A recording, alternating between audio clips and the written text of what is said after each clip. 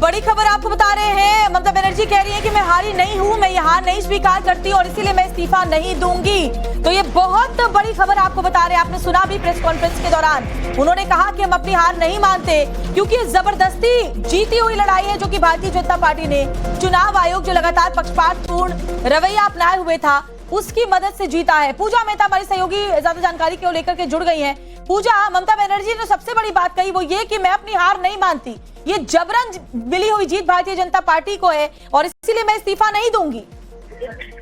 बिल्कुल, देखिए, तृणमूल कांग्रेस सुप्रीमो ममता बनर्जी जो भवानीपुर से उम्मीदवार भी थी, लेकिन उन्होंने न सिर्फ भवानीपुर का चुनाव हारा, लेकिन मुख्यमंत्री के पद से एक अटकलें लगाई जा रही थी कि वो इस्तीफा देंगी आज।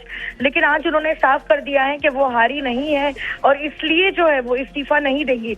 तो बड़ा बयान है ममता बनर्जी की तरफ से, जहां पर उन्होंने कहा है कि वो इस्तीफा नहीं देंगी। बिल्कुल। इसके अलावा भी पूजा, उन्होंने भारतीय जनता पार्टी पर कई तरह के आरोप लगाए। उन्होंने कहा कि ईवीएम मशीन बाद में भी 80-85% चार्ज थी। उन्होंने ये भी कहा कि हमें बंद कर दिया गया था, निकलने नहीं दिया जा रहा था। काउंटिंग सेंटर पर एजेंट्स लगातार आंकड़े बदल रहे थे। यानी पूरी तरह से अपनी हार का ठीकरा उन्होंने भारतीय जनता पार्टी पर और चुनाव आयोग पर फोड़ा है। बिल्कुल, देखिए, कई आरोप उन्होंने लगाए, ईवीएम हैक से लेकर जो है काउंटिंग सेंटर्स पर भी जो है गड़बड़ी के आरोप लगाए, उनके साथ मारपीट, धक्का मुक्की और उनके एजेंट के साथ भी जो है बदसलूकी के जो है आरोप लगाए हैं।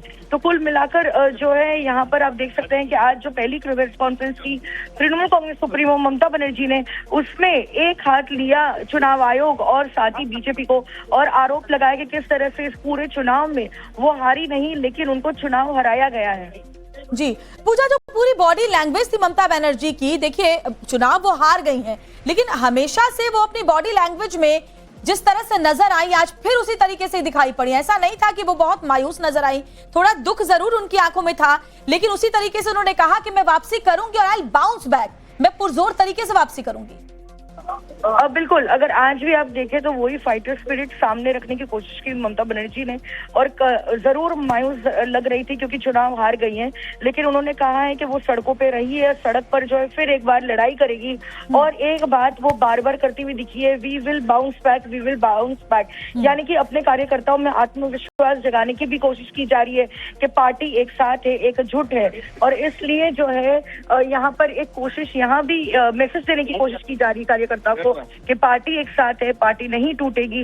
और अगर कोई जा रहा है तो वो अपनी जो है प्रोटेक्शन के लिए जा रहा है, उससे उनको कोई दिक्कत नहीं। लेकिन कुल मिलाकर अगर देखा जाए तो कहीं ना कहीं वो जो है स्ट्रांग दिखने की जरूर कोशिश कर रही थी इस प्रेस कॉन्फ्रेंस के माध्यम से। बिल्कुल सही कह रही है, स्ट्रांग दिखने की कोशिश कर रही थी। और उन्होंने ये भी कहा कि अब पूरा जो हमारा इंडिया गठबंधन है वो एकजुट होकर के, क्योंकि एक एक करके मैं तमाम नेता हैं मुझसे मिलने के लिए आएंगे और हम क्या स्ट्रैटेजी अगली बनाएंगे इस पर अब हमारी नजर रहने वाली है।